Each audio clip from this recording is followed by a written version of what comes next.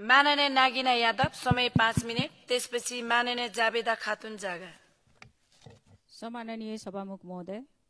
मोहतरी मठ्यानी नगरपालिका ward number 8, मठ्यानी छोटी भन्सार कार्यालय नाका नम्बर 2 र भारतको बिहार राज्य जिल्ला मधुबनी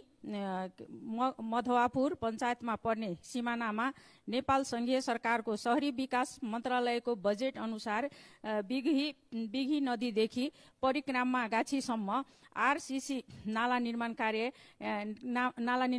नेपाल भारतको बीचमा सहायक सिमाना पिलरदेखि 33 फिट भित्र नाला निर्माण कार्य गर्न भारतका बोर्डर सम्बन्धी पदाधिकारीसँग सम्झौता भएको अनुसार सहायक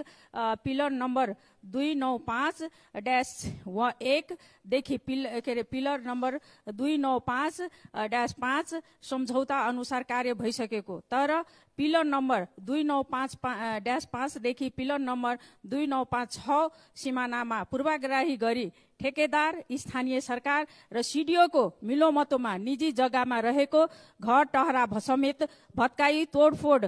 गरी नाला निर्माण कार्य भइरहेको छ। सभामुख महोदय, जबकि 10 गजाबाट 33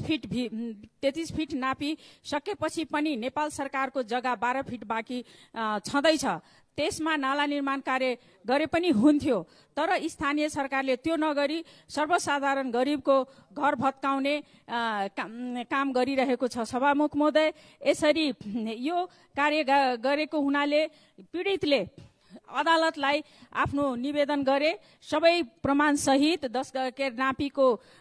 नक्सा र यो 10 गताको सिमाना नक्सा सबै पेश गरेर उहाँहरूले अदालतमा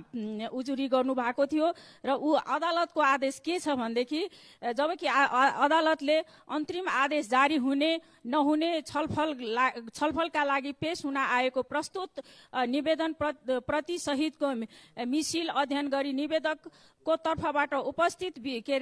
विद्वान अधिवक्ता श्री राधाकान्त झा तथा विपक्षी मटिहानी नगरपालिकाका कार्यालय मोहतरी समेतको तर्फबाट उपस्थित विद्वान अधिवक्ता श्री उद्धव बहादुर छेत्रीले गर्नुभएको बहस समेत सुनाइयो। यसमा निवेदकहरूको नाउँ दर्ताको निवेदनमा उल्लेखित किता नम्बर 22, 33, 156 र 23 को जग्गामा 33 फिट बाहेक बढी जग्गामा निवेदकको सहमति मन्जुरी नलिई कुनै पनि प्रकारको नाला निर्माण कार्य नगराउनु भनी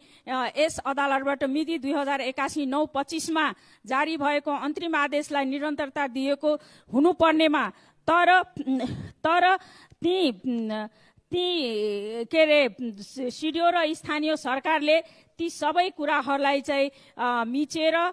विकासको नाममा यिनीहरूले चाहिँ निजी जग्गालाई चाहिँ तोडफोड गरेर निजी जग्गामा भएको घरहरूलाई तोडफोड गर्ने र त्यस्तै गरी अदालतको आदेश अपहेलना गरेको, साथै भन्दा छिटो निर्माण कार्य सकाउने उद्देश्यले गरिरहेको। त्यसकारण म सभामुख मार्फत चाहिँ के भन्न चाहन्छु, आग्रह गर्न चाहन्छु कि भन्दाखेरि यी निर्माण कार्य छिटोभन्दा छिटो बन्द गरियोस् र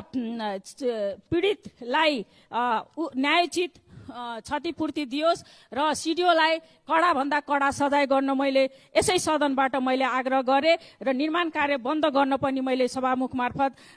सरकारको ध्यान आकर्षण गराएँ।